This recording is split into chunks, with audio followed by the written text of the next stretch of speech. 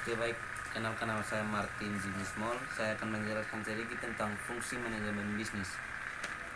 Yang pertama, ada beberapa fungsi manajemen bisnis yang Anda ketahui, sebutkan dan jelaskan. Fungsi manajemen bisnis yaitu ada 4, yaitu yang pertama planning atau perencanaan. Tujuannya untuk menetapkan tujuan atau satu sasaran yang hendak dicapai oleh organisasi, lalu merencanakan cara terbaik demi mencapai tujuan tersebut.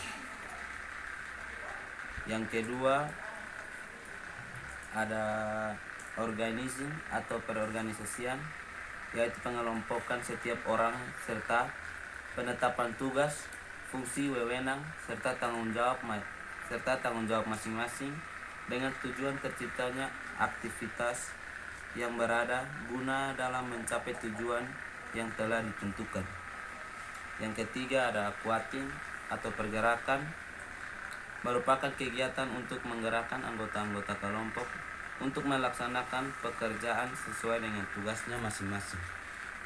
Yang keempat, ada controlling atau pengawasan, itu bertugas menentukan standar prestasi anggota, mengukur prestasi yang dicapai, membandingkan standar dan capaian prestasi, serta melakukan perbaikan apabila terjadi penyimpangan atau pekerjaan yang tidak sesuai dengan standar prestasi.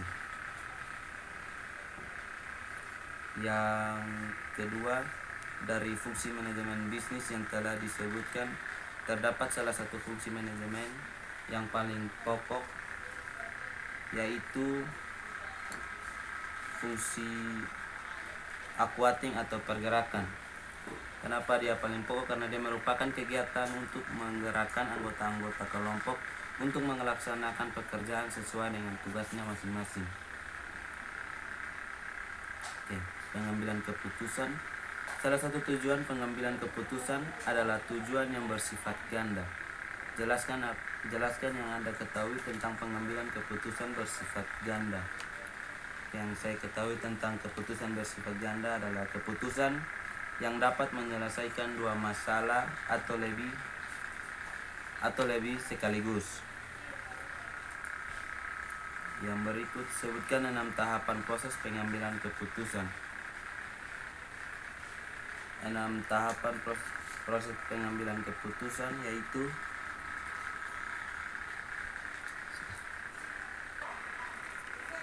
yang pertama, identifikasi. Kegiatan ini berupa identifikasi masalah secara jelas dan tepat, termasuk mengetahui faktor-faktor yang menjadi penyebab dan mempengaruhi hasil keputusan. Yang kedua, tetapkan tujuan. Menetapkan tujuan yang harus dicapai. Yang ketiga, kembangkan model. Kembangkan beberapa model yang menggambarkan situasi atau keadaan yang diamati. Yang keempat, analisis model dan bandingkan.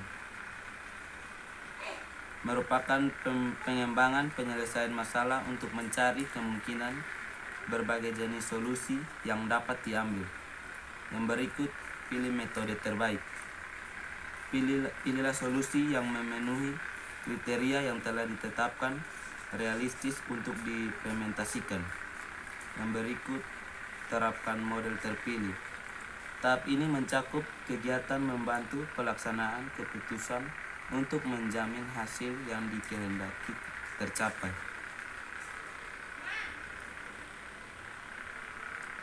Oke, yang berikut, kepemimpinan. Sebutkan 4 unsur kepemimpinan. 4 unsur kepemimpinan yaitu kumpulan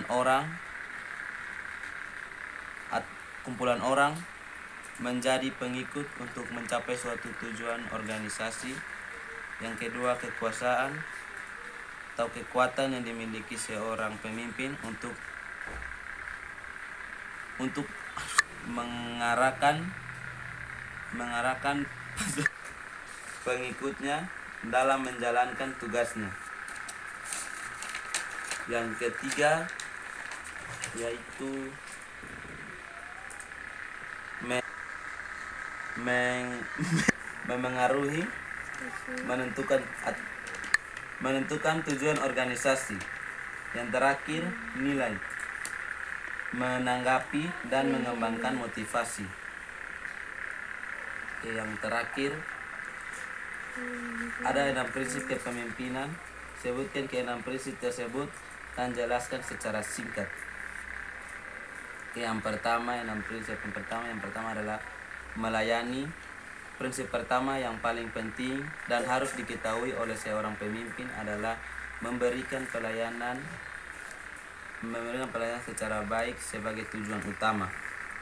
Yang kedua, membuat keputusan. Pembuatan keputusan merupakan tugas paling utama yang harus dilakukan oleh seorang pemimpin. Yang ketiga, keteladanan. Pemimpin yang menunjukkan pengaruh baik dan memberikan nilai positif bagi organisasi dan pengikutnya akan mampu menjadi teladan bagi yang dipimpinnya. Yang keempat, bertanggung jawab.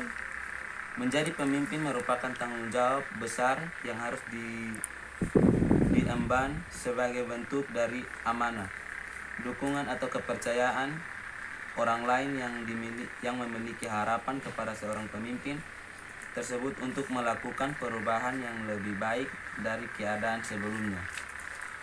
Yang kelima, bekerja sama. Pemimpin yang efektif akan mampu menciptakan budaya kerjasama tim yang baik di antara anggota organisasi. Yang keenam, menciptakan perubahan.